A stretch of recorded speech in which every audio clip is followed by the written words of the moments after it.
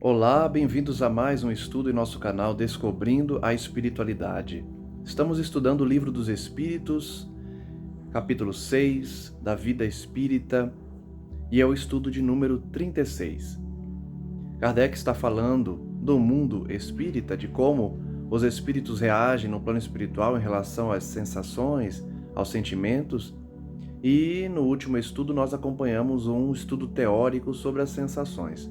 Hoje prosseguiremos com a escolha das provas a que temos que passar. Será que os espíritos participam dessa escolha? Realizam um planejamento reencarnatório? E o que Kardec nos reserva com o contato com a espiritualidade em relação a esse tema? A pergunta número 258 nos diz: quando na erraticidade, antes de começar a nova existência corporal, tem o espírito consciência e previsão do que lhe sucederá no curso da vida terrena? Resposta: ele próprio escolhe o gênero de provas por que há de passar. E nisso consiste o seu livre-arbítrio. Então temos a primeira regra em relação às expiações e às provas. Aqui é específico sobre as provas, né? A espiritualidade nos revela que em relação às provas, nós escolhemos. Então, provavelmente ele vai fazer a diferença da expiação para a prova, né?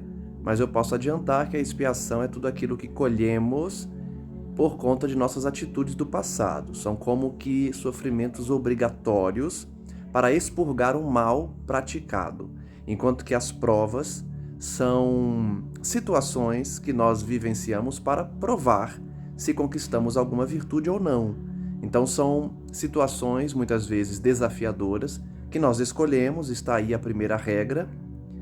O espírito geralmente escolhe, na sua grande parte dos casos, se não todos, porque um espírito que escolhe a prova é porque ele já está amadurecido, ele já está numa condição que lhe permite escolher, logo ele não está naquela situação de exceção, em que os espíritos estão completamente alucinados, não apresentam sanidade mental para poder escolher o gênero de provas. Então, uma vez consciente das suas obrigações, das suas necessidades espirituais, o espírito tem a possibilidade de escolher suas provas.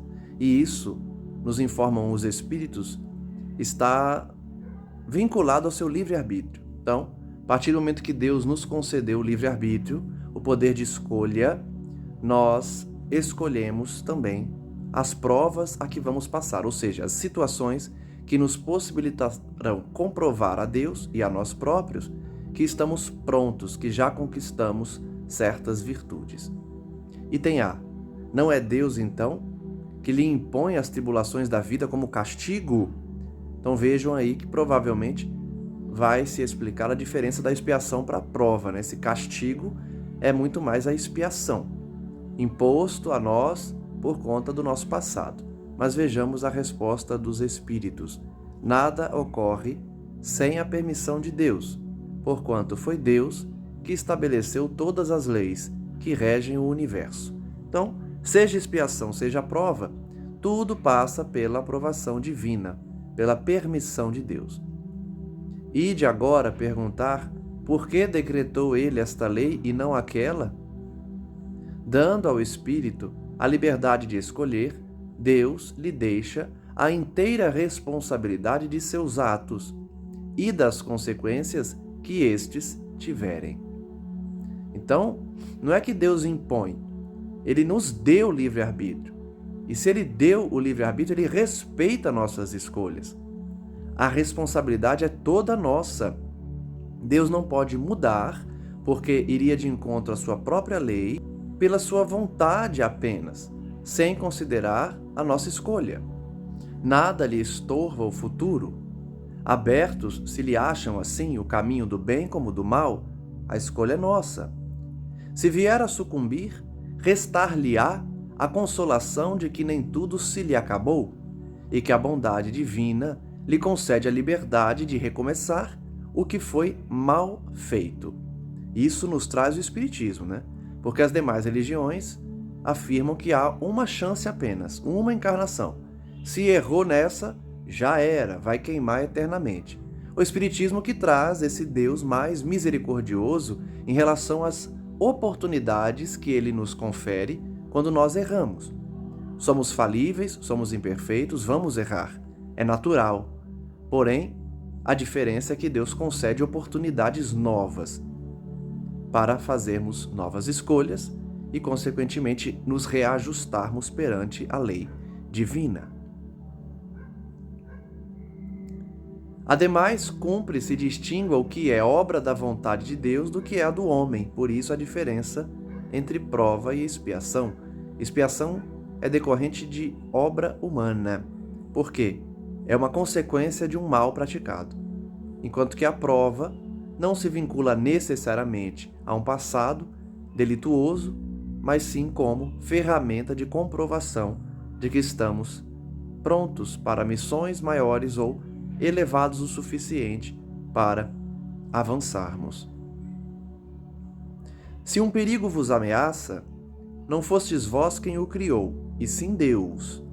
Vosso, porém, foi o desejo de a ele vos expordes, por haverdes visto nisso um meio de progredirdes, e Deus o permitiu.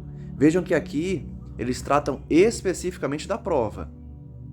O perigo existente numa prova é criação divina, porém, nós escolhemos a condição de nos colocarmos junto desse perigo. Vou exemplificar para ficar mais claro. Um espírito, para comprovar que adquiriu a humildade, ele escolhe a prova da pobreza.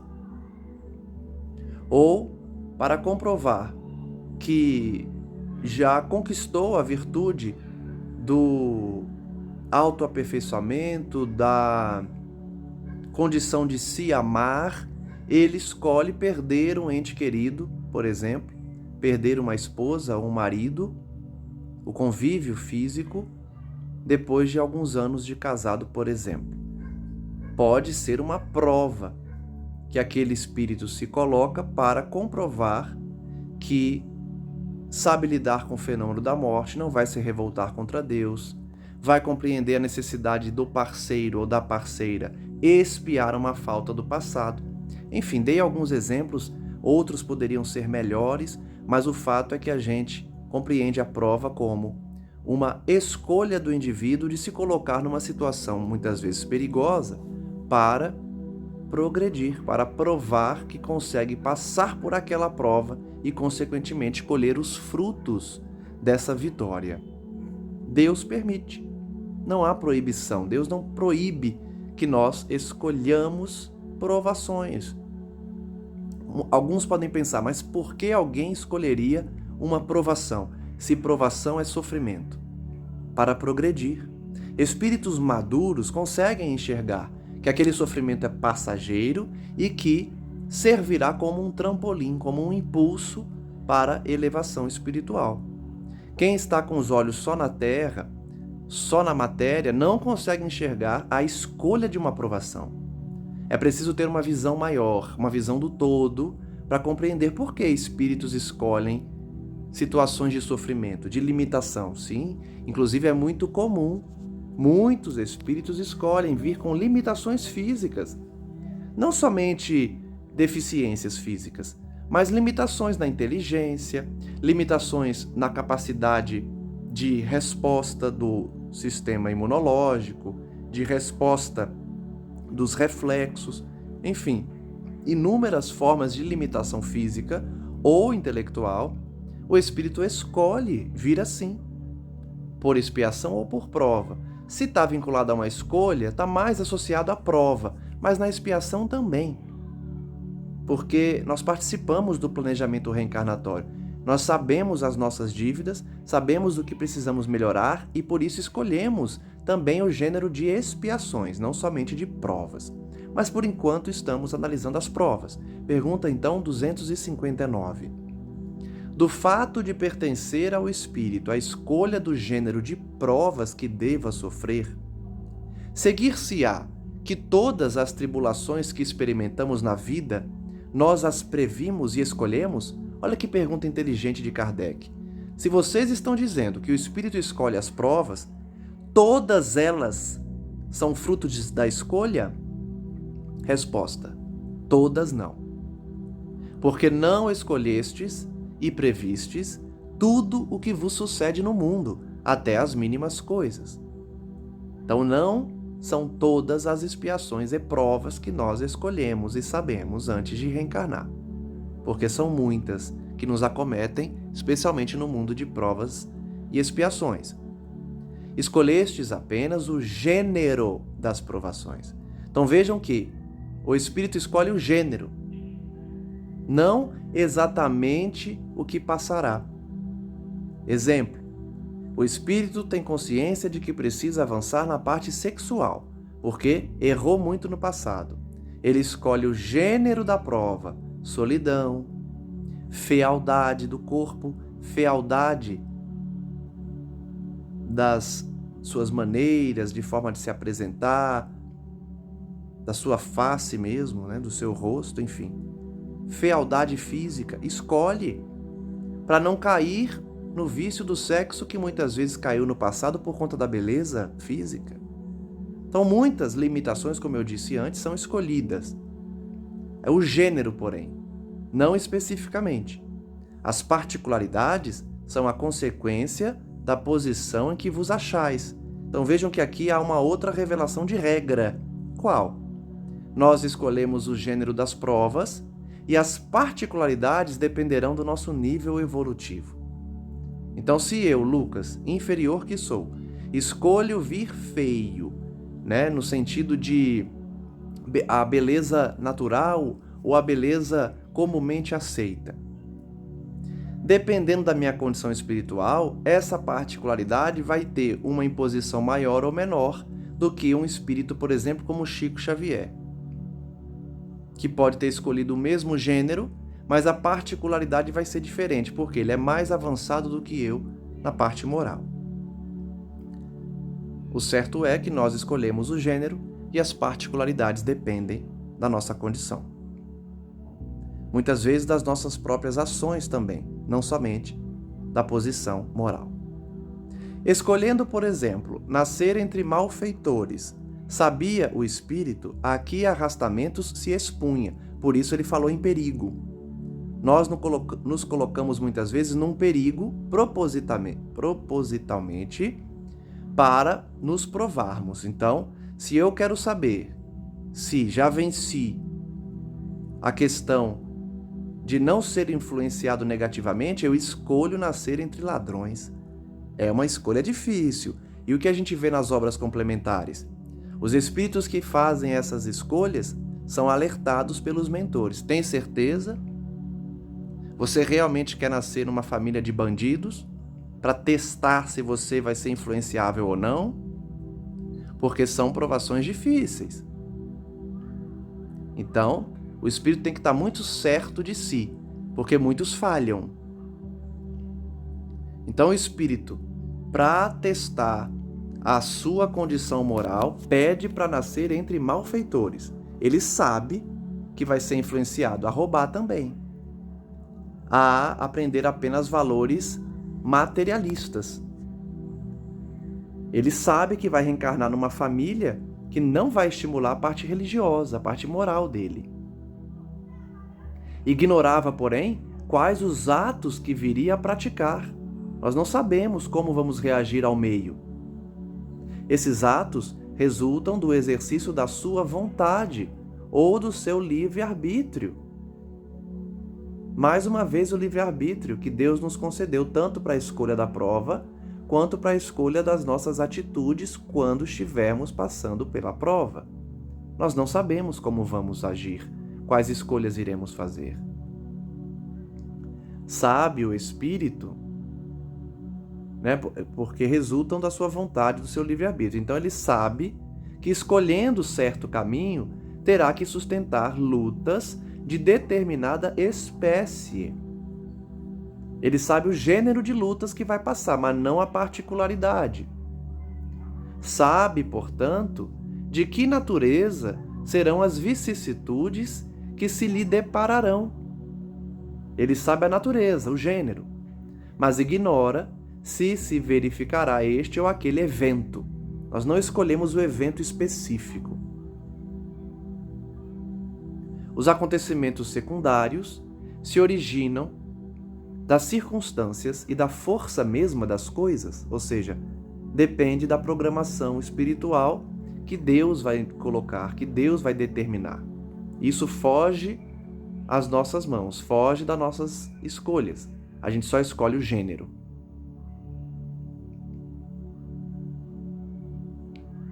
Previstos só são os fatos principais, os que influem no destino. Então, olha que interessante: casamento, profissão, pessoas que vão surgir em nossas vidas, eventos principais. E isso são programados. A gente tem uma certa ciência antes de reencarnar. Quem vai ser nossa família, os irmãos, enfim. Se tomares uma estrada cheia de buracos profundos, sabes que terás de andar cautelosamente, porque há muita probabilidade de caíres. E agora entra um conceito importantíssimo no Espiritismo, que é a probabilidade de erro ou de acerto. Muitas vezes o planejamento reencarnatório é feito com base nas probabilidades. Os espíritos superiores, eles conseguem mensurar uma porcentagem de acerto ou de erro, conforme o nível evolutivo do indivíduo. Então, o nosso mentor espiritual, ele sabe se a gente consegue passar por uma aprovação ou não. Se a minha fraqueza é no sexo, por exemplo, o meu mentor espiritual, antes de eu reencarnar, sabe que eu não posso ser colocado num meio em que serei tentado o tempo inteiro. Ele sabe que eu vou cair. A probabilidade é muito alta. Então, quanto maior a probabilidade de queda, maior o mérito se o indivíduo consegue não cair. O problema é que é muito difícil quando você tem a tendência. Por isso as escolhas são feitas de forma muito cuidadosa, para a gente não se colocar num perigo que é certo que vamos cair. É questão de probabilidade. Ignoras, contudo, em que ponto cairás, e bem pode suceder que não caias, se fores bastante prudente. Então, o indivíduo que escolhe uma prova, porque sabe das suas tendências, sabe da dificuldade e consegue passar, ele venceu na vida, como dizem, venceu a encarnação. Se ao percorreres uma rua, uma telha te cair na cabeça, não creias que estava escrito, segundo vulgarmente se diz. Então vejam que acontecimentos secundários não estão previstos antes da nossa encarnação. Então essa crença popular de que tudo, exatamente tudo estava previsto, não é bem assim. Os eventos que são previstos antes da nossa reencarnação são os eventos principais. Como eu disse, casamento, profissão, enfim. Cada um vai ter um evento principal na cabeça, né? Mas evento secundário não. Estava escrito que eu ia tropeçar hoje para poder machucar o joelho e assim aprender uma lição na vida. Não. São acontecimentos que fazem parte da nossa condição, não estavam previstos necessariamente. Inclusive é por isso que muitos médiuns conseguem enxergar alguns eventos principais. Eventos secundários, os médiuns muitas vezes não enxergam, porque eles não estão previstos de acontecer. Acontece dependendo da necessidade do espírito e da sua condição, da sua escolha, do seu livre-arbítrio, das situações que ele se coloca. Um exemplo muito bom que a gente vê nas obras é daquela obra, se eu não me engano, de Herculano Pires, que fala do carnaval. Eu não lembro se é de Herculano Pires. Mas um dos personagens se colocou numa situação que não estava prevista e acabou desencarnando. Ele decide ir ao carnaval com a sua família. Um homem provoca a esposa dele, ele vai tirar satisfação e ele é assassinado. No livro consta que esse evento não estava previsto. Ele se colocou em risco. Um risco por não ter cautela, ele se colocou em risco. É um tema polêmico, tá? Eu sei que muitos espíritas acham que isso não acontece, que o fenômeno morte está sempre previsto, mas não esqueçamos do suicídio indireto, da morte por ausência de cautela, de cuidado. Não pensem vocês que Deus vai nos livrar de todas as situações a que nos colocarmos. Se nós nos colocamos em situações de perigo por escolha nossa, Deus trata a gente como adultos, como indivíduos responsáveis por suas escolhas, não como bebês, apesar de nós nos apresentarmos como crianças morais, como bebês morais. Mas Ele deu livre-arbítrio para a gente e Ele respeita esse livre-arbítrio. Então, tem relação com o tema essa questão das escolhas que fazemos e que nem tudo está previsto. Inclusive, eventos que não parecem ser secundários, como esse que eu citei de exemplo. Ou seja, o fenômeno morte, ele não parece ser secundário, e de fato não é. Mas eu dei um exemplo que está numa obra, eu não me recordo qual é a obra, eu sei que foi Psicografia de Divaldo. Se eu não me engano, a gente estudou no canal, né?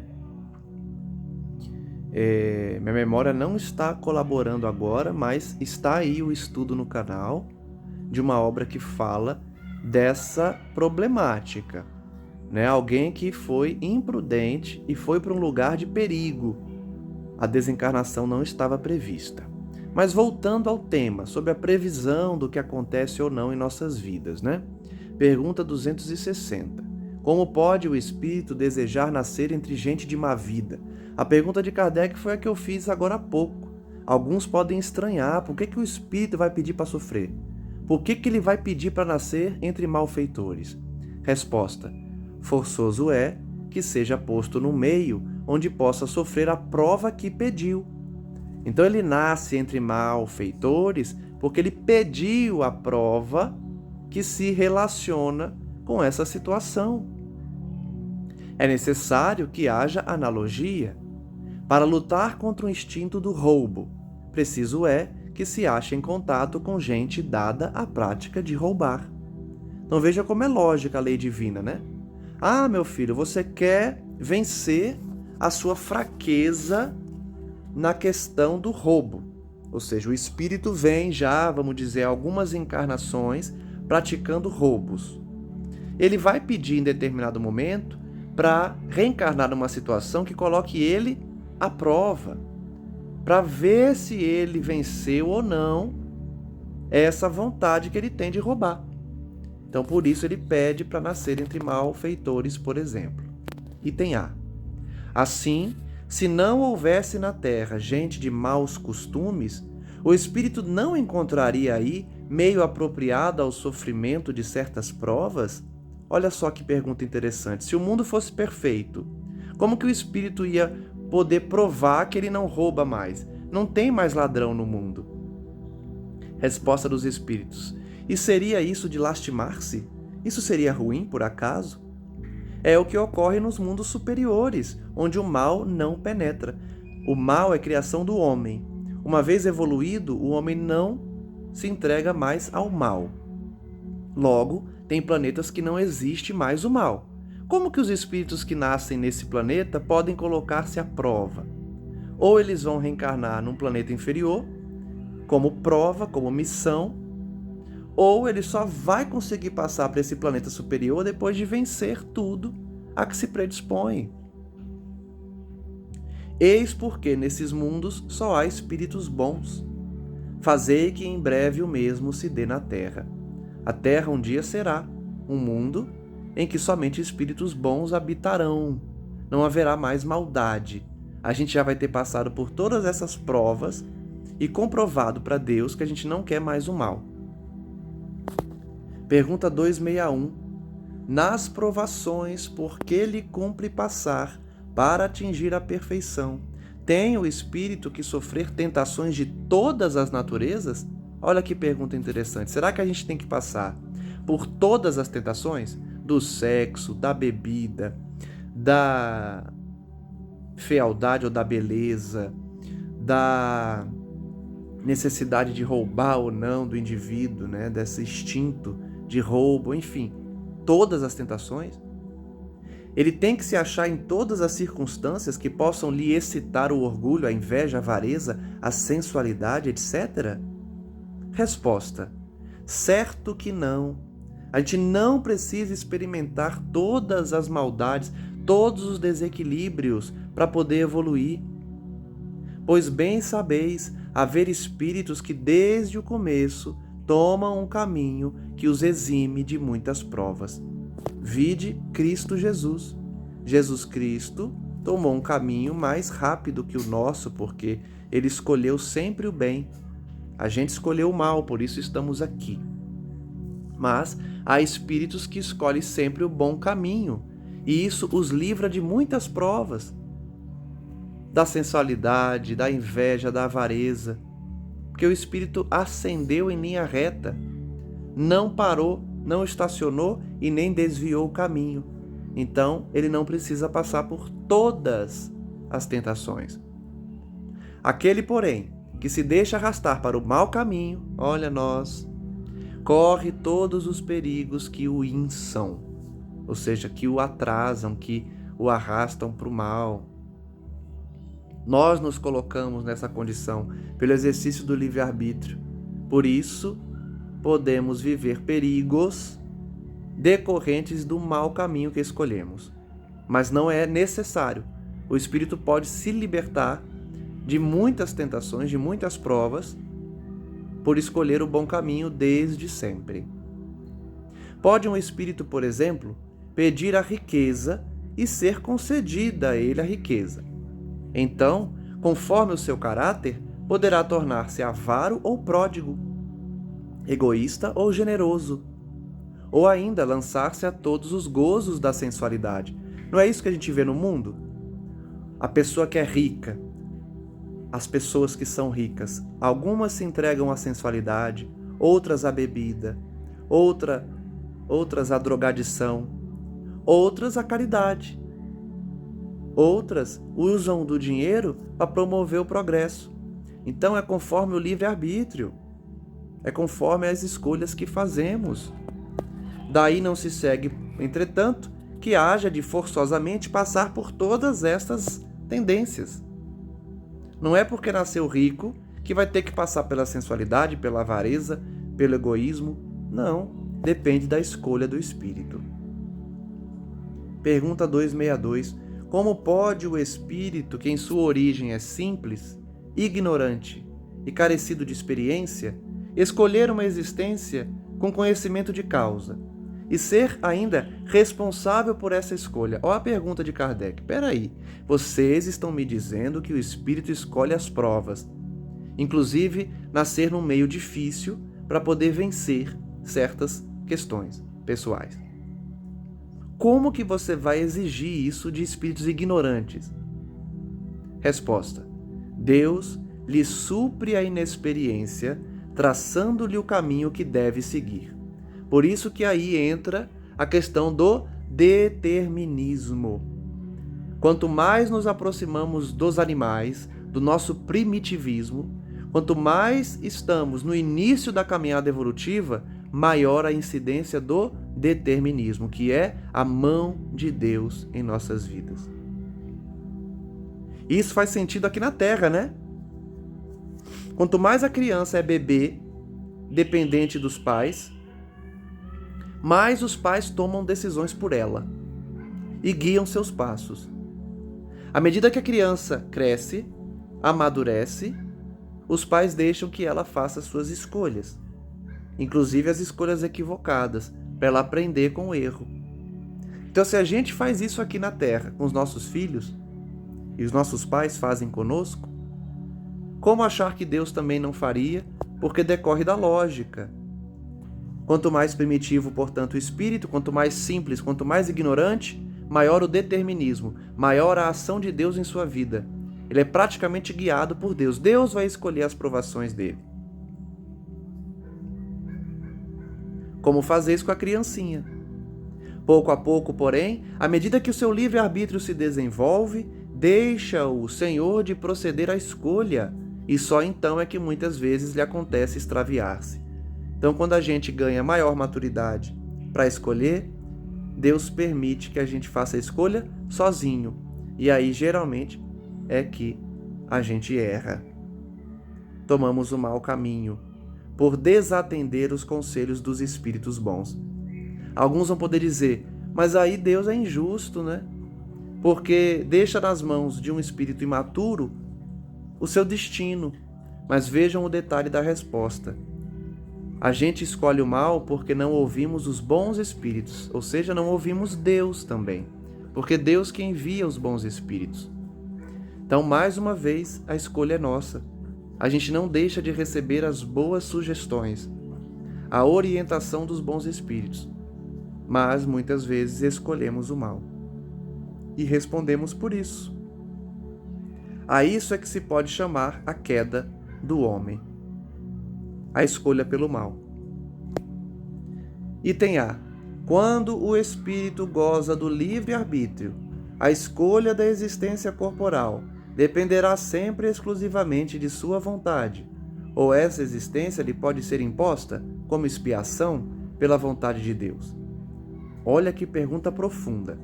Kardec está perguntando: o espírito tem livre-arbítrio para escolher, certo? E essa escolha depende só dele, exclusivamente da sua vontade. É assim que funciona? Ou Deus impõe expiações para nós?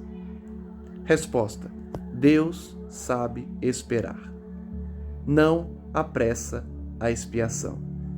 Deus não tem pressa. Ele não quer que a gente sofra a expiação de forma imediata. Todavia, pode impor certa existência a um espírito, quando este, pela sua inferioridade ou má vontade, não se mostra apto a compreender o que lhe seria mais benéfico. E quando vê que tal existência servirá para a purificação e o progresso do espírito, ao mesmo tempo que lhe sirva de expiação. Então vejam, de novo a gente pode comparar com a criança aqui na Terra. A criança, enquanto não amadurece, o adulto não deixa ela fazer as escolhas, porque ela sequer compreende as consequências das suas escolhas. E aí o adulto escolhe por ela. Da mesma forma, Deus pode impor uma existência, uma expiação.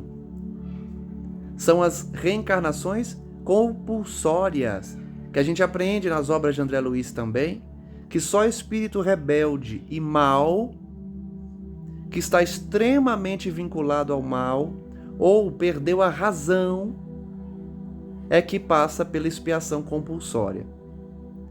São casos, por exemplo, de espíritos que estão há milênios no plano espiritual, negando a reencarnação, não quer reencarnar de jeito nenhum.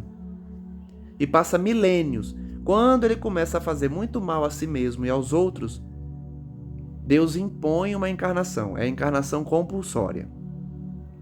Ou quando ele não consegue entender que aquela expiação é necessária para ele. É a pessoa que quer vir sempre rica e bonita. Rica e bonita, eu quero vir sempre rico e bonito. É uma criança, por quê? Ela não entende, essa pessoa não entende, que enquanto ela vier rico e bonito, por exemplo, vai cair no mesmo erro da vaidade, da sensualidade. Então o adulto, que no caso aí é Deus, ele sabe, não, você não pode escolher mais sua reencarnação, porque você vai se endividar mais ainda. Então, nesses casos, Deus impõe a expiação, porque vai lhe purificar. Mas a regra, lembrem-se, a regra é que a gente participa do planejamento reencarnatório. A gente participa da escolha de nossas provas e das expiações também, a depender do nosso nível evolutivo. Pergunta número 263. O espírito faz a sua escolha logo depois da morte? Resposta: não. Muitos acreditam na eternidade das penas, o que, como já se vos disse, é um castigo. Então tem espírito que morre e acha que vai ficar eternamente sofrendo. Isso lhe serve de expiação. É por isso que muitos espíritos comunicaram a Kardec que as penas eram eternas. Primeiro porque eles acreditavam nisso, da sua crença católica, provavelmente. Segundo, que às vezes as dores são tão intensas e demoradas que dá uma ideia de ser eterna. Mas o fato é que essa crença do espírito de que vai sofrer para sempre também faz parte da expiação dele. Então, nós não programamos nossa próxima encarnação logo depois da morte. Depende do nível evolutivo do indivíduo. Pergunta 264. Que é o que dirige o espírito na escolha das provas que queira sofrer? O que motiva o espírito para ele escolher as provações? Resposta. Ele escolhe de acordo com a natureza de suas faltas, as que o levem à expiação destas e a progredir mais depressa. Vejam que nessa resposta tem o conceito de expiação e de provas. Por quê? O espírito identifica o que ele precisa melhorar. Então, se ele foi muito fofoqueiro, ele sabe que precisa melhorar nesse ponto. Se ele foi muito sensual, ele sabe que precisa melhorar nesse ponto. Então, ele escolhe a expiação e a prova para passar sobre o que ele precisa melhorar. Por isso que tem a escolha em relação ao que ele precisa sofrer, porque é consequência de um ato do passado, e também situações que vão progredir o seu espírito. Por isso que é o E. E o E no português a gente sabe que soma, né? Então a gente pode escolher para uma mesma encarnação expiações e provas. Expiações referentes ao que fizemos e precisamos retribuir, devolver o que tiramos. E provas para aquilo que a gente sabe que precisa avançar. Então a gente pode vir com os dois gêneros, provas e expiações. Uns podem, portanto, impor a si mesmos uma vida de misérias e de privações, objetivando suportá-las com coragem. O espírito pede para nascer pobre, para treinar a sua coragem, treinar o seu desapego aos bens materiais, treinar a sua paciência, a sua fé, a sua confiança em Deus. Outros preferem experimentar as tentações da riqueza e do poder. Imagina pedir a prova da riqueza, a prova do poder político. Olha que perigo que é no mundo que a gente vive. Pedir a prova da riqueza, pedir a prova do poder político. É um perigo no mundo que a gente vive por conta das tentações. São muito mais perigosas. Às vezes pedir para nascer pobrezinho, classe média baixa, é mais seguro do que pedir para nascer rico, porque quando vem rico, vem as tentações todas. Quantos artistas caem nisso, gente? Quantos artistas a gente vê começando a carreira com uma voz linda, de um jeito praticamente com dom divino. E aí a riqueza, a fama, o poder, a droga, a bebida destrói o artista, a ponto de perder a voz, às vezes, mas principalmente de afundar no lamaçal do vício. Então a prova da riqueza, a prova da fama, são provas dificílimas, pelos abusos e má aplicação a que podem dar lugar, bem como pelas paixões inferiores que uma e outro desenvolve. E isso é lógico, né? Alguém que pede para vir bonito, rico, famoso e talentoso vai ter muitas tentações durante a vida. Mulheres ou homens, a depender do gênero, né? Masculino ou feminino. As tentações das pessoas interesseiras. Um casamento muitas vezes infeliz porque a pessoa casou por conta da riqueza. Então são condições de vida muito mais arriscadas. Quem não acredita, né, no espiritismo ou no que a gente está falando aqui, dá risada, porque não consegue enxergar alguém pedindo para vir pobre, alguém pedindo para vir com dificuldades financeiras, mas a gente pede. Quando a gente tem a cabeça aqui da terra, a gente não consegue enxergar isso. Mas quando estamos no plano espiritual, a gente vê que precisa passar por privações e pede para passar.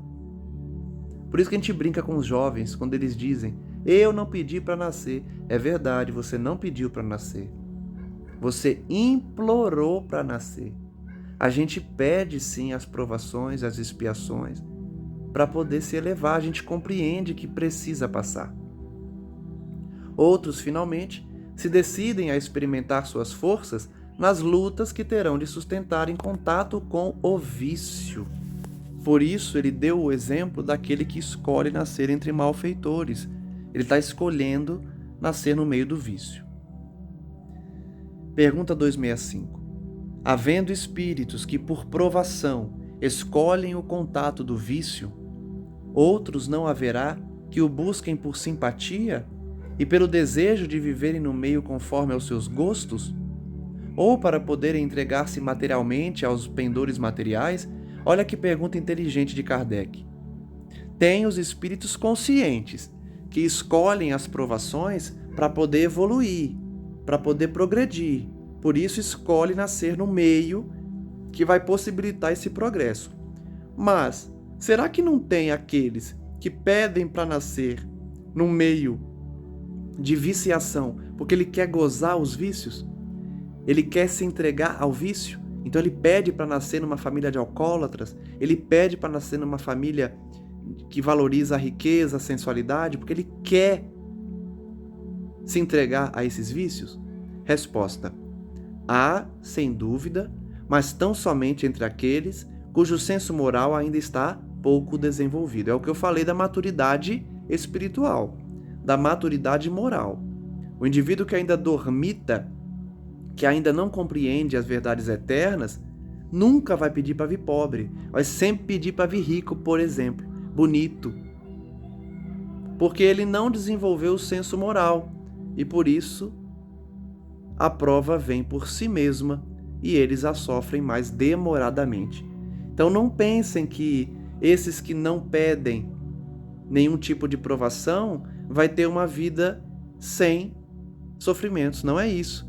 A prova vai vir por si mesma, seja porque é própria desse mundo, seja porque o espírito precisa passar. E aí entra naquele conceito que eles deram de que Deus age como se pelo determinismo impondo a expiação para aquele espírito.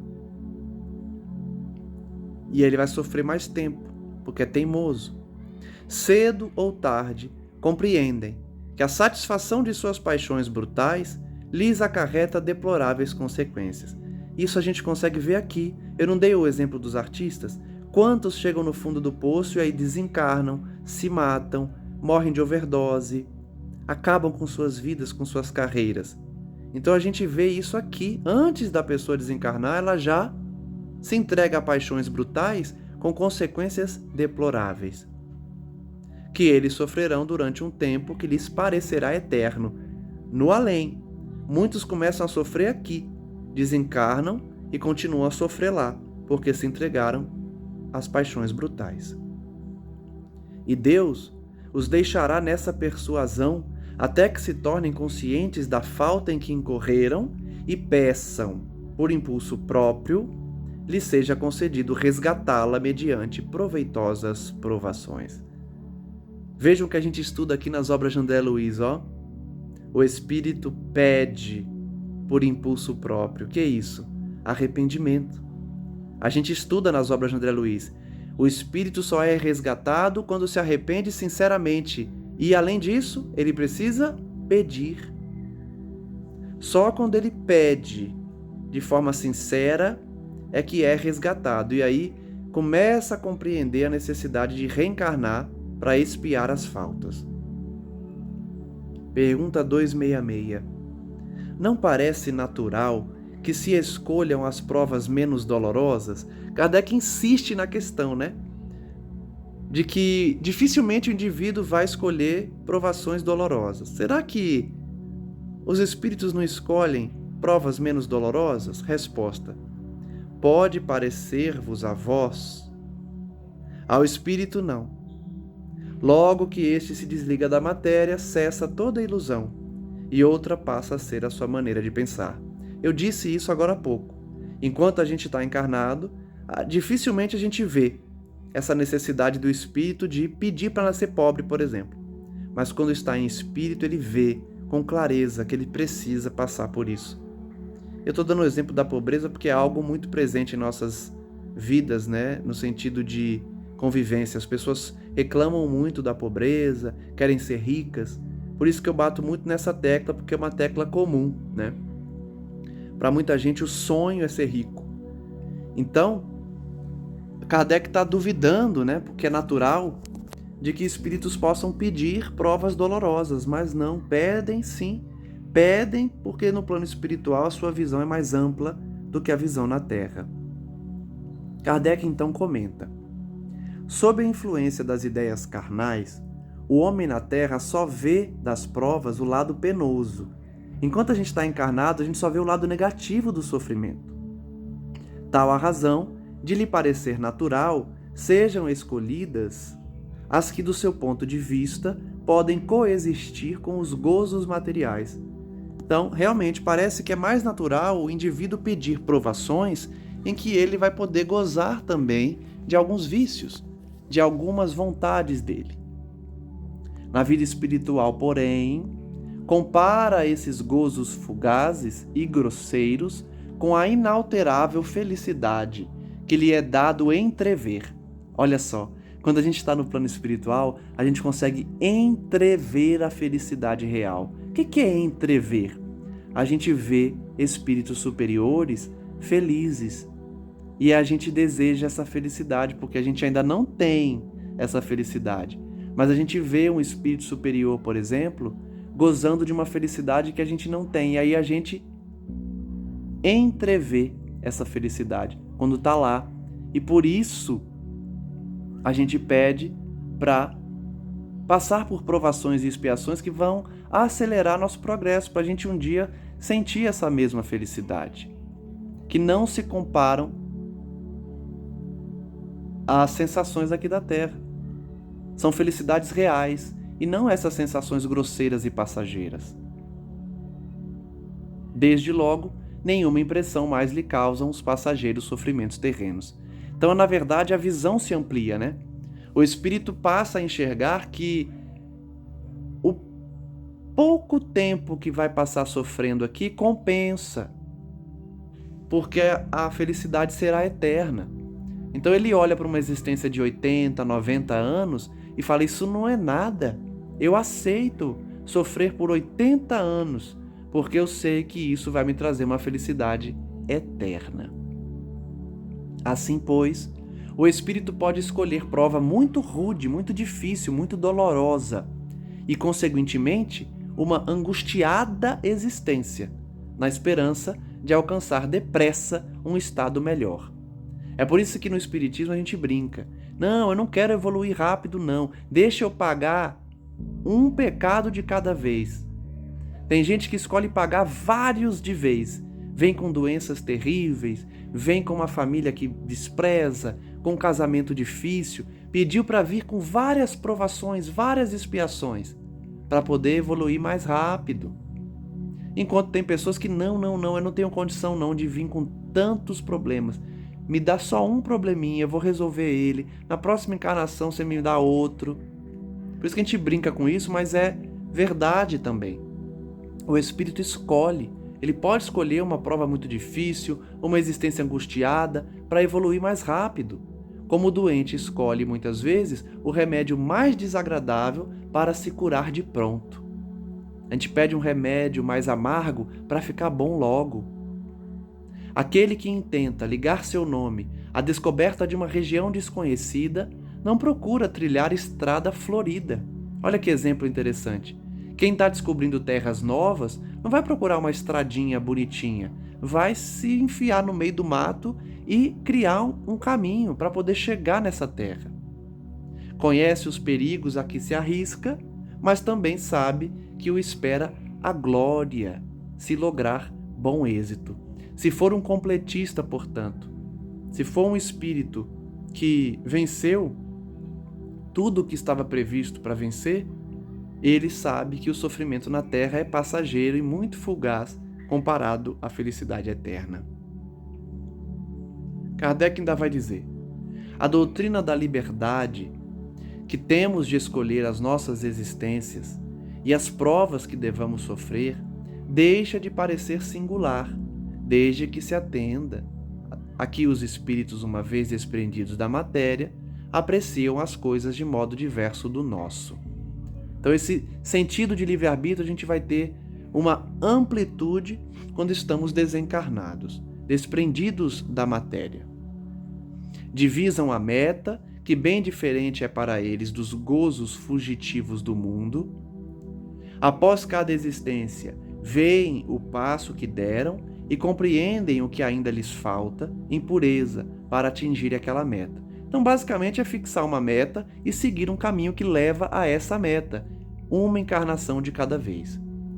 Daí, o se submeterem voluntariamente a todas as vicissitudes da vida corpórea, solicitando as que possam fazer que a alcancem mais depressa. Não há, pois, motivo de espanto no fato de o espírito não preferir a existência mais suave. Não deve espantar alguém que quer uma existência mais difícil do que uma existência mais tranquila.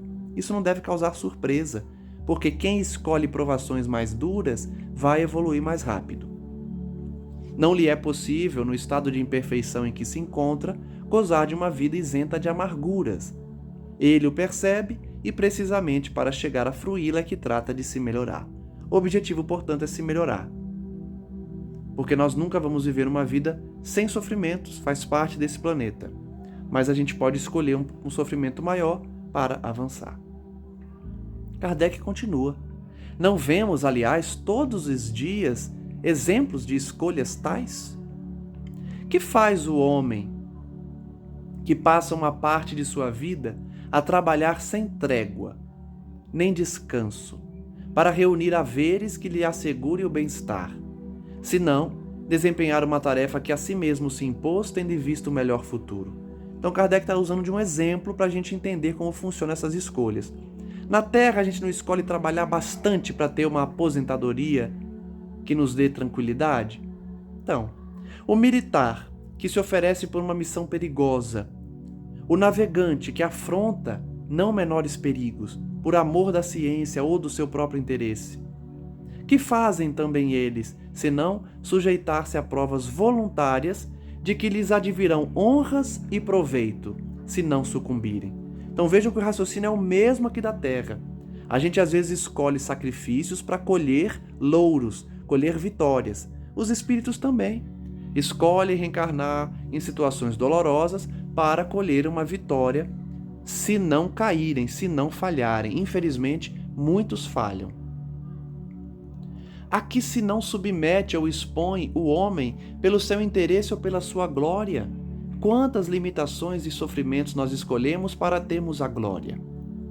E os concursos não são também todos provas voluntárias a que os concorrentes se sujeitam, com o fito de avançarem na carreira? Olha só, Kardec usa o exemplo até do concurso público, do concurso das provas que o aluno faz para avançar na carreira.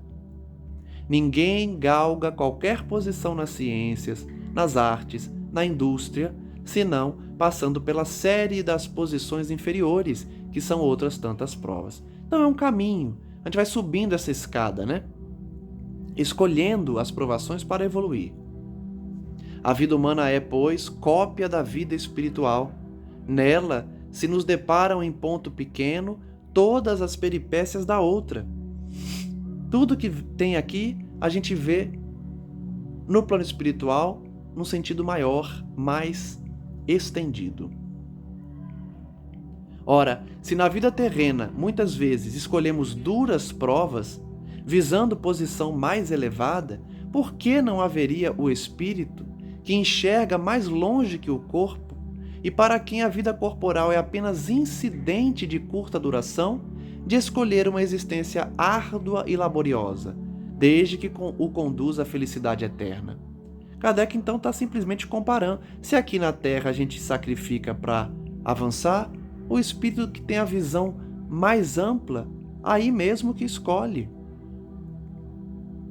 Os que dizem que pedirão para ser príncipes ou milionários, uma vez que ao homem é que caiba escolher a sua existência, se assemelham aos míopes, que apenas veem aquilo em que tocam, ou a meninos gulosos, que, a quem os interroga sobre isso, respondem que desejam ser pasteleiros ou doceiros. Então vejam que Kardec compara esses espíritos que querem sempre escolher a riqueza, a beleza física, como imaturos, como crianças, como míopes que não enxergam a realidade da vida espiritual, como crianças gulosas que querem sempre mais e mais doces.